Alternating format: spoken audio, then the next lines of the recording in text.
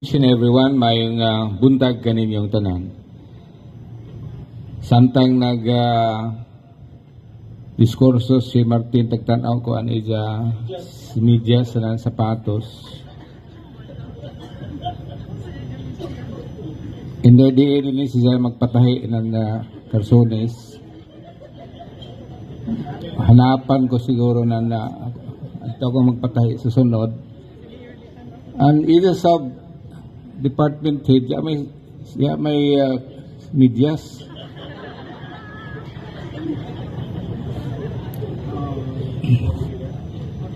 Anyway, it's really a good day today.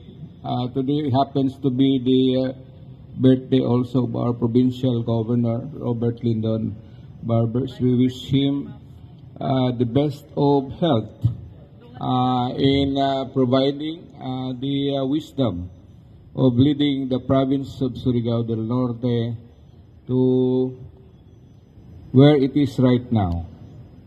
In any event, nalipay ako na sa report ng ato budget, it appears that we are on track, although sa utilization, we have to muster enough courage that we can reach the level upon which we should be in.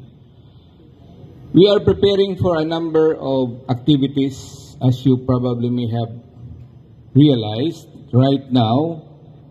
The first of which is really our Charter Day, and then our fiesta. After the fiesta is the Battle of Surigao Strait. And then thereafter, so many other activities that will come after, and then the Christmas season. We are preparing this because we really wanted to see that this government under the administration of Mayor Paul Dumlao is always on the right track in making sure that people realizes that this government is moving and moving towards a brighter Surigao. Precisely the reason why the Sangguniang Panglungsod is always at the forefront of making sure that whatever is the request of the city mayor, we are always there to support and make sure that this is being considered at the utmost urgent and rightful time. Sa tanan nga mga empleyado nga niya karon dinhi, ako lang ihangyo kaninyo.